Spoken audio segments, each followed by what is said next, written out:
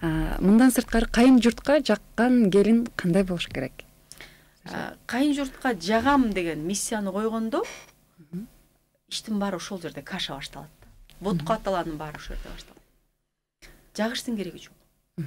Бир жөн эле кайын журтка баратканда алардын укуктарынын асты менен катар эле алардын милдеттерин биз талап кылып барабыз да.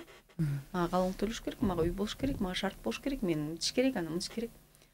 Кечирип кой. Сен да укуктарың менен катар милдеттериң билип бар. Ошол үй мүчөсүнүн катары бир мамлекетте мага балки бул мамлекеттеги бир эреже жакпашы мүмкүн. Бирок мен бул мамлекеттин жараны катары кылам. Мен машина айдап кетип атканда керилип баскан жөө жүргүнчүлөрдү ура койгуп келип кетиши мүмкүн. Бирок андай мүмкүн эмес. Ал керилип басса дагы менин айдоочулук моралдык укугуму сыйлабай жолдун ортосунда жүрсө дагы биздин мамлекетте жөө жүргүнчүнү сыйлоо бул кылмыштуулуктун жана кырсыктын алдын алуучу жагдай болгондуктан мен аны күтүшүм керек.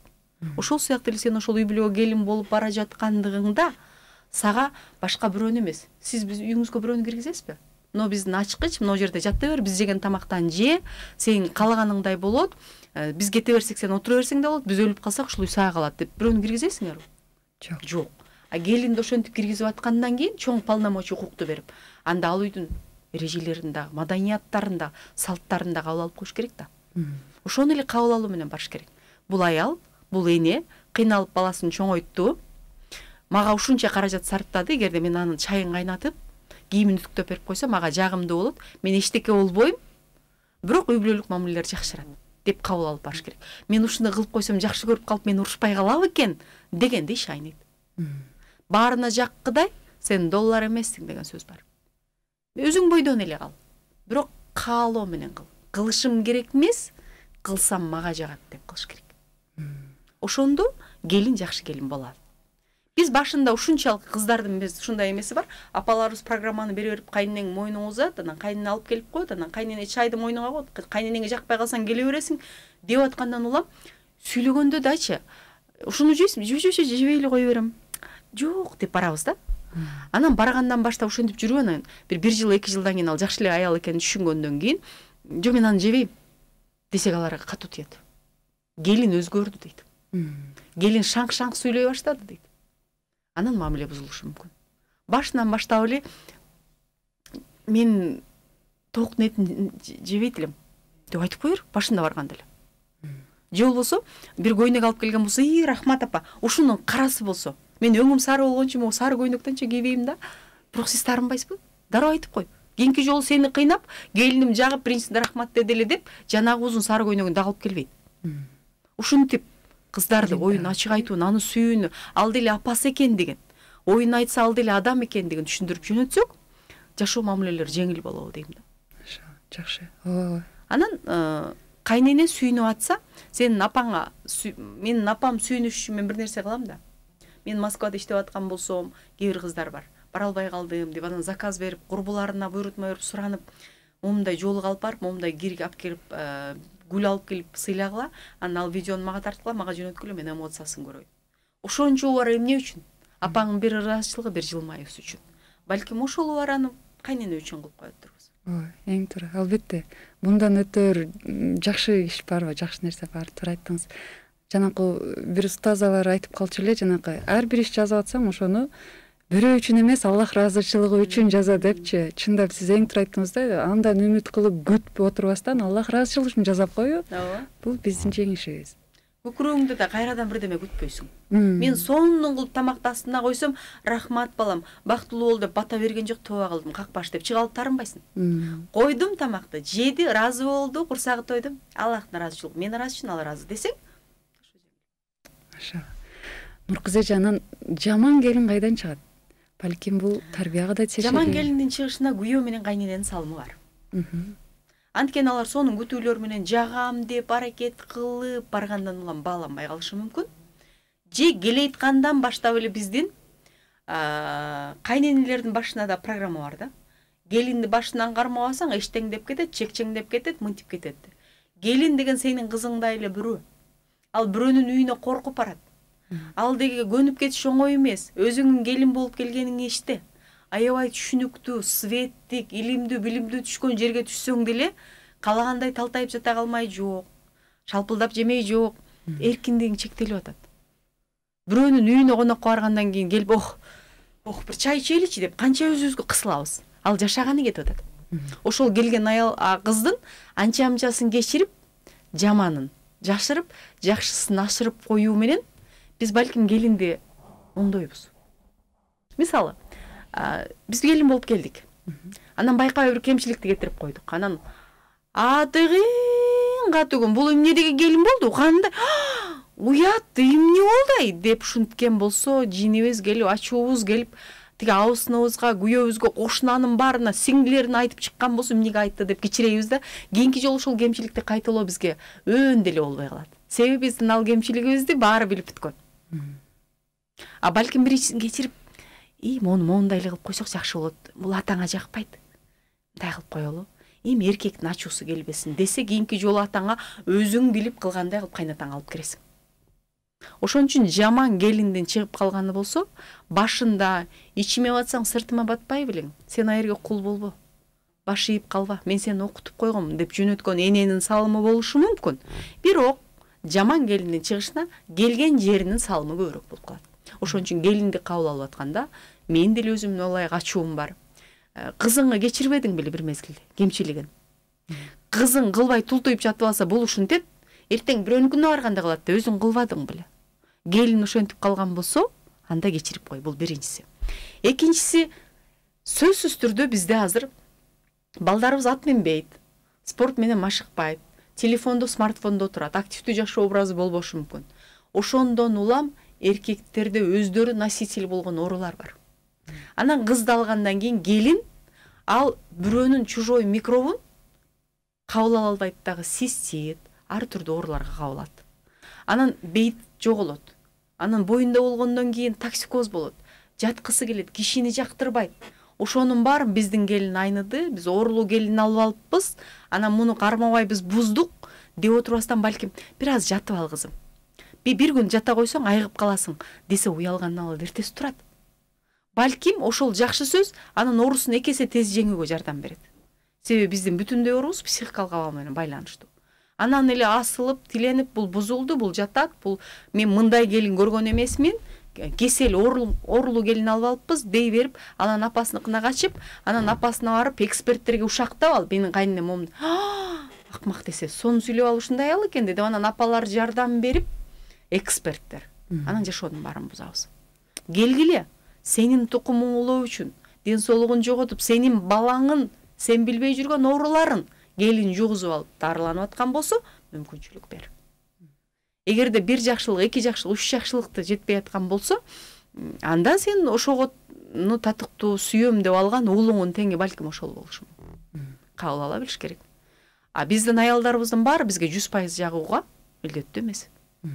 Себеби биз аларга жагууга жана бардык нерсесин алар каалагандай кылууга милдеттүү болбогон сыяктуу эле, биздин уулдарыбыздын аялдары бизди 100% сүйүүгө милдеттүү эмес. Бирок кабыл алса, урматтаса, биздин пикирибиз менен эсептешсе, мээнетибизди бааласа, ал кайтарым болорун биз билишибиз керек. Ушул эле. Менин баамым да ушул. Демек, барган жерде дагы ошол келин толук түрдө өзгөрүшү мүмкүн жакшы тарапка, эгерде кайнене ошол жаатта эң чоң мындай жакшы салым кошсо. Ооба. Машалла, Аллах ыраазы болсун. Анан Нуркыз эже, анан дагы бир суроо бергим келип отурат. Суроого чейин бирдеме кошумчаласам болобу? Ооба, албетте. Бизде ушул келиндерди окутууну колго алышыбыз керек. Келин жогорку билимдүү болгон болсо, иштетиш керек. Ал иштин көйгөйүн сезсин, күйөөсүнүн билими бар келин биздин укум тукумубузга билимдүү эне болорун унутпаш керекпиз. Мен мисалы апам тагдырдын буйругу экен, 3 келинин тең 18-19 жаштында алды. Бирок үчөөнүн тең жогорку билимде болуп окутту. Анан кээде окууга келбей калса, алардын ордуна барып, контрагын төлөп, справкасын тапшырып, академия алып, эмне кыйналып атасыз апа? Эмне болот эми? Булар иштебем, сизге көйнөк алып береби деп тийишип калабыз да биз. Десек аны айтат да. Силер бирөөнүн билесиңер. Бактылуу жасасаңар мен кубанычтамын. Ал менин жашоомдун маңызы. Бирок менин келиндерим менин тукумумдун улантуучусу. мен билимдүү неберелердин апасын окутуп атам депчи. Жөнөкөй эле курстарга катышса, семинарга барса, келин эми акылдуу болуп калып барат экен. Эчтең кереги жок. Балким ошол жерден алып келген энергия биздин үй бүлөгө таасир этиши мүмкүн. Ушул нерсени мурунку суроонун жообун уланыңыз катары кошуп коеюн. Аллах разы болсун. Бул апалар үчүн да чоң бир үлгү болуш керек. Өтө жакшы. Чындыгында ар бир келиндин билимдүү болуусу бул жашоонун негизи эле мындай эрибиздин өнүгүүсүнө дагы чоң бир өлгөтсөт болуш керек. Анан аял жакшы, эр жакшы, вазир жакшы, хат жакшы деген дагы бир жакшы сөзүбүз бар эмеспи? Негизи эле Нуркыз эже татыктуу жубай, татыктуу аял болууда дагы ушул үй бүлөдө аялдын орду жолдошунун алдындагы милдеттер туурасында дагы айтып өтсөңүз жакшы болот эле. Эркек менен аял бирин-бири инь-янь, төнгөн, ак кара, аба менен катуу нерсе толуктап турган сыяктуу эле бири-бирине такыр окшошпойт. Биз турмушка чыгып атканда ошону кабыл алышыбыз керек. Күйөө 100% биз каалагандай болбойт. Себеби биз 100% күйөө каалагандай аял эмеспиз. Өзүбүздүн каалообуз бар.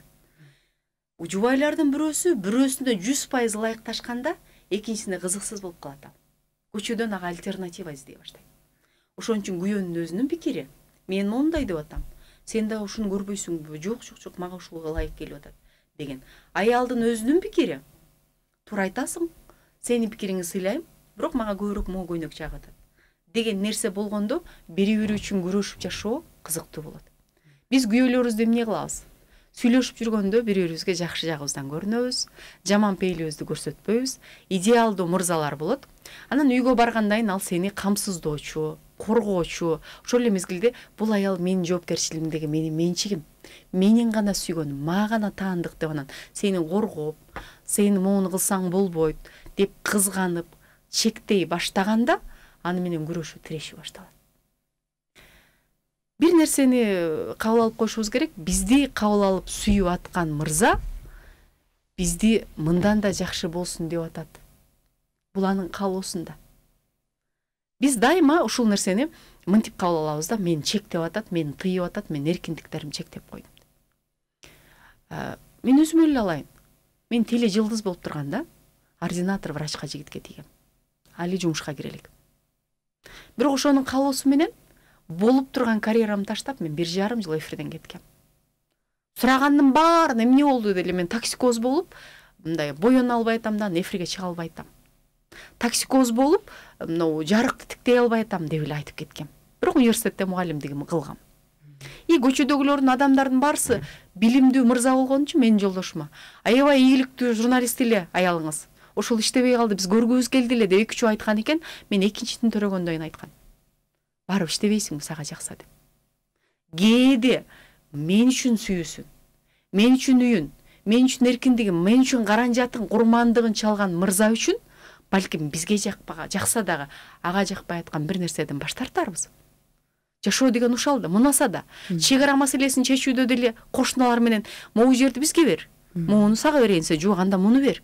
Се макул анда, муну сага берейин деп мунасалашып атпайлыбы? Үй бүлө мамилелери деле ошол да. Анан күйөөлөрүбүздү жасап алгыбыз келе берет да. Андай деп айтпа. Элдин көзүнчө мынтип койдуң. Аял сезимтал байкагыч мырза табиятынан көп нерсеге маани бербеген айкөл болот. Ошонтип берип, эркекке шыктанбай калганда, биздин жаныбызда эркек катары сезбей калганда, анан бизди конкурент аял катары көрөт да, айтыша баштайт биз менен.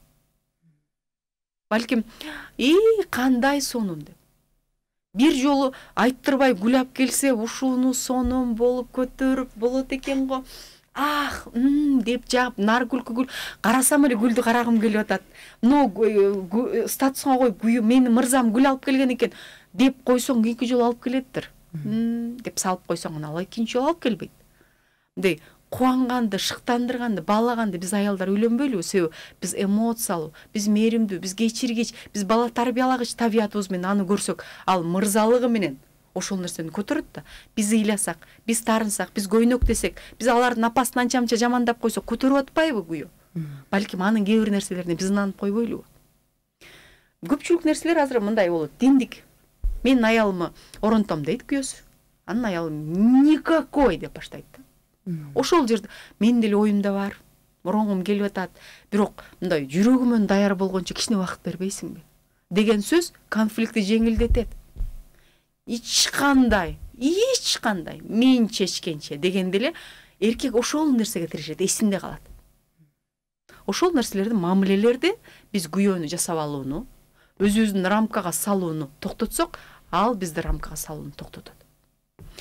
100% ага жагууну ойлой берсек, такыр жакпай калабыз. Кээде өзүбүздүн пикирибизде калышыбыз керек. Себеби аял окулуп бүтпөгөн китеп катары 4 абалда болуш керек.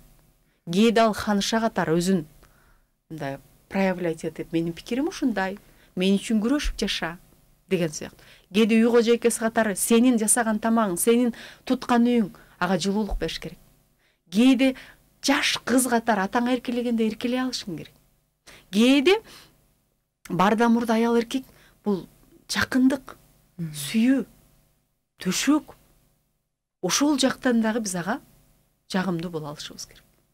Кээде биз тийип алгандан кийин эле күйөөбүзгө сулуу жана жагымдуу болууну токтотуп коебуз. Болду, ал менин күйөөм, анын көзүнчө мен чачымды тарабай койсом деле болот, анан чачым могу жерге байлап алсам деле болот, кийим менен жүрө берсем деле болот депчи.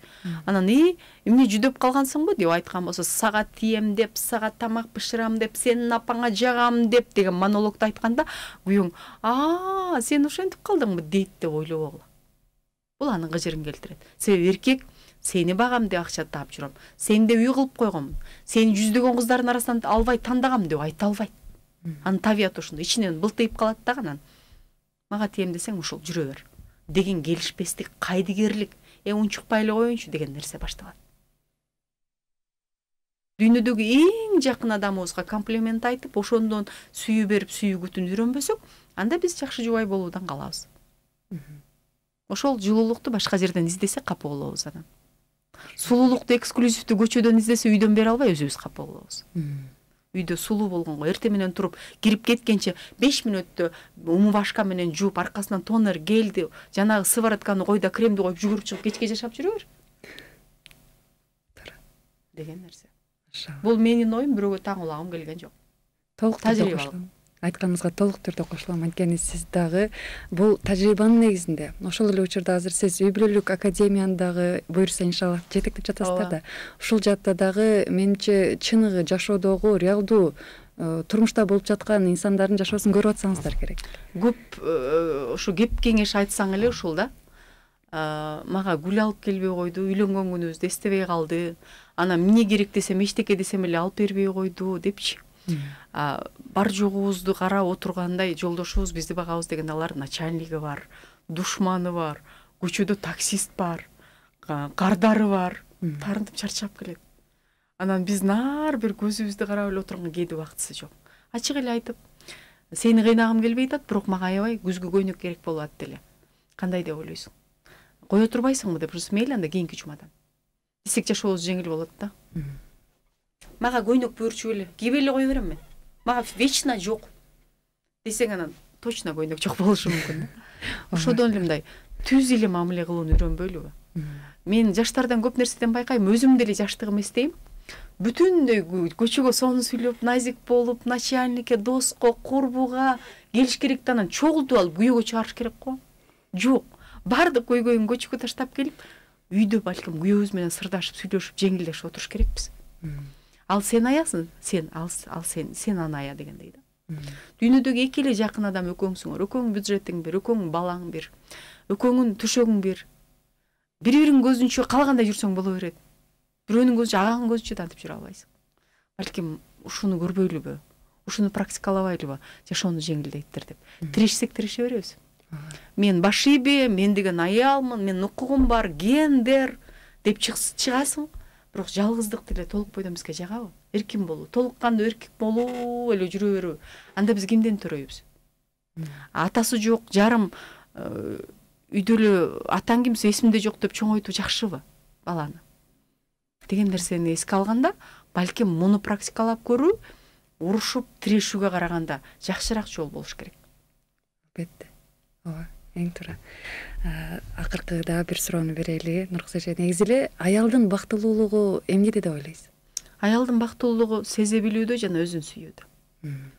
Биз саарлап туруп, эгерде дагы уктап калыпмын, 4 эле саат уктадым, уйкум канбады, азыр туруп дагы баламды бакчага апарам, күйөөмдү узатам, анан мен ишке барышым керек, мен эле иштешим керек деп баштасаң, бүтүндөй бактысыздык, бетибиздеги бырыштарыбыз, ызабыз, ичибиздеги ооруларыбыз көбөйөт. Саарылап турганда, эртең менен турганда, чексиз шүгүр. Мен аялмын, мен таң атты. Мен бакчага алып барышым керек болгон бала бар. Анын 12 мүчөсү аман, мен барам. Мен узатып, кайра мени күтүп келе турган жолдошум бар, ага чай берип коеюн. Жумушум бар, ага да үлгүрүшүм керек, үйдө отуруп калган жокмун. Рас эле, Кудай өң келбет берген, ал менин Аллах берген аманат. Маны да майлап коеюн. Менин кийимдерим бар, аппак кийимдерим. Ал кир болуп калса жууганга стиральныйым бар. Деп өзүбүзгө өзүбүз мотивация бербесек, аял эртең менен 9га чейин бир смена иштейт. Жолдошуңу узатасың, үйүңү жыйнасың, балаң бакчага жеткиресиң, анын носкиси түшпөй калат, турбайм деп ыйлайт, кечиккен болот, жөтөлүп калган болот. Сумкам гана, кечи тетрадьтым гана, жолдошуң чөнтөгүңдү салып туруп, платочкасын таппай калат, жүз арчысын. Бир штат иш. Анан ошол жерде кейип кепчип кайгыра берсең, анда кайгыны чакырат. Сен жашоону кандай кабыл алсаң, жашоо сага ошондой. Мисалы, азыр мен эфирге келгенге чейин бир-эки жумуштарым чыгып калды. Бирок мен ошол жерге барсам, бир сөзүм угуп аткан бир менин сиңдиме, менин кызыма, мен бир жаш муунга пайдасы тийип калган болсо, курбума, Кудай мага ошо миссияны берген болсо, мен ошого үлгүрүп бара калайын деп жоопкерчилик, мүмкүнчүлүк катары карап келген болсо, мен келем да сүйлөйм эргүм менен. Дагы үлгүрбөй калат экенмин, келсем эле Гүлзада мени кыйнай берет, анан дагы барышым керек, офиси бир алыс жерде деп кейип келсем, мен бул жерде ачылып сүйлөй албай калышым мүмкүн. Жашоону ошентип кабыл алганыбыз эле. Эгерде сага Кудай бала берген болсо, аны абуза катары кабыл алсак, ал абуза. Же жашоого бериле турган экзамен. Биз өзүбүздүн акыл мүмкүнчүлүктөрүбүздү берүү менен катар, Аллах берген мүмкүнчүлүк, адам тукумун улоо катар турган ыйык вазыйфа катары кабыл алсак, аны тарбиялоо жеңилдейт. Ошон үчүн мен аялдар өзүн бактылуу сезиш үчүн өзүн сүйсүн. Өзүн сүйүү деген текеберлик да эмес, эгоизм да эмес. Бул өзүн кемчилиги менен кабыл алуу менен катар өнүктүрүү. Мисалы, мен аябай боюм узун болгум келчү, бирок кичинекеймин. Же өтө эле узунмун, коркойм. Бирок ушул бойдон мен сөтө эмесмин, мен шыргый да эмесмин, мен статнаямын деп кабыл алып, неге элдин баары милая сулуу, мен эле узунмун дей бербестен, Кудай кээ бир адам жетпей думпучкага стол коюп чыкса, мен момундай чыгам. Көрүмдүүмүн. Мындай карасам, адамдарды үстүнөн карай алам деп өзүмү сүйүп, бирок мен узун болгондуктан семирип кетсем, шкаф болуп калышым мүмкүн. Кичине денеме кам көрөйүн деп кабыл алып турсам, жоопкерчилик жарат. Бул өзүн сүйүү. А эгерде мен эгоизм болсо, мен эле болсом, мен арыктап калсам, мен узун болсом, элдер мен эле караса десе, бул эгоизм. А текеберлик, койчу ошол кичинекейлердин барсын. Мен узунмун, үстүнөн карап коем. Койчу ошо бичилер десем, текеберлик. Биз өзүн сүйүү деген жерде аны текеберлик менен эгоизмге алмаштырабыз. Эгоизм менен текеберлик алсыздык алып келет. Өзүн сүйүү жашоодо күчтүүлүк алып келет. Өзүбүздү сүйөлү, жашоону ошондой кабыл алалы. Шүгүр менен. Кайгырып арыздана берсем, мен азыр анан ооруп аттык эле, анан мынтип аттык эле, качан мамлекетибиз оңоет деп мага арызданып бер деңиз эле, мен 1 саат токтобой айтып бере алам. Ага тил маданиятым, фактым, аргументтерим барым жетиштүү. Бирок жакшы нерсени айт десеңиз, мен издеп айтсам, мен табам. Шүгүр кылчу, мактанчу, сыймыктанчу нерселер бар. Мен 2 жылдан бери кичинекей кызым бир аз сүйлөөсү азыраак болгон үчүн логопедке ташып, көңүлдөгүдөй университетке сабактарым кенен окута албай калдым эле. Бул мен үчүн проблема болуш керек эле. Бирок мүмкүнчүлүк болду. Мен жүздөгөн Кыргызстандан, азыр менде эртең менен Сахалинден, Чикагодан окуган адамдар бар. Үй бүлө академиясын ачууга мүмкүнчүлүк болду. Бир эшик жабылып атса, экинчиси ачылып атканын дайыма унутпайлы. Келиңиздер, өзүбүздү сүйүү менен башкаларга сүйүү тартуулап, сүйүүнү тартуулайт. Сүйүү десе эле барып эле көрүнгөндүн баарына көз кысуу эмес. Кайненени, жашоону, проблеманы, жеп аткан тамакты, ушул турган кийимибизди, сиз мага берген микрофонду, Кыргызстанды, менин президентим, менин мамлекетим, менин элим. Балким мени жаман көргөн курбум, көрө албай аткан коллегамы дагы, Кудай ушуга дуа кылып коюнчу. Эгерде бактылуу болсо, менин аркаман ушул күйүкмөк эмес, жеке жашоосу болсо, мага суктанып отурмак эмес. Жакшы бер деп аны аяп сүйүп коюу дагы бул сүйүү болуп эсептелет. Машалла. Келиңиздер ошону. Бала ыйлап сени кыйнап аткан болсо, сен канчалык эмоцияң көзөмөлдөй ала турган энесиң. Анын травматикалык абалга келтире албай, сен аны эмоциядан чыгара аласыңбы? Бар жогун кылып, уктабай, төрөтүп, чоңойтуп койгон балаң бир күнү таарынат.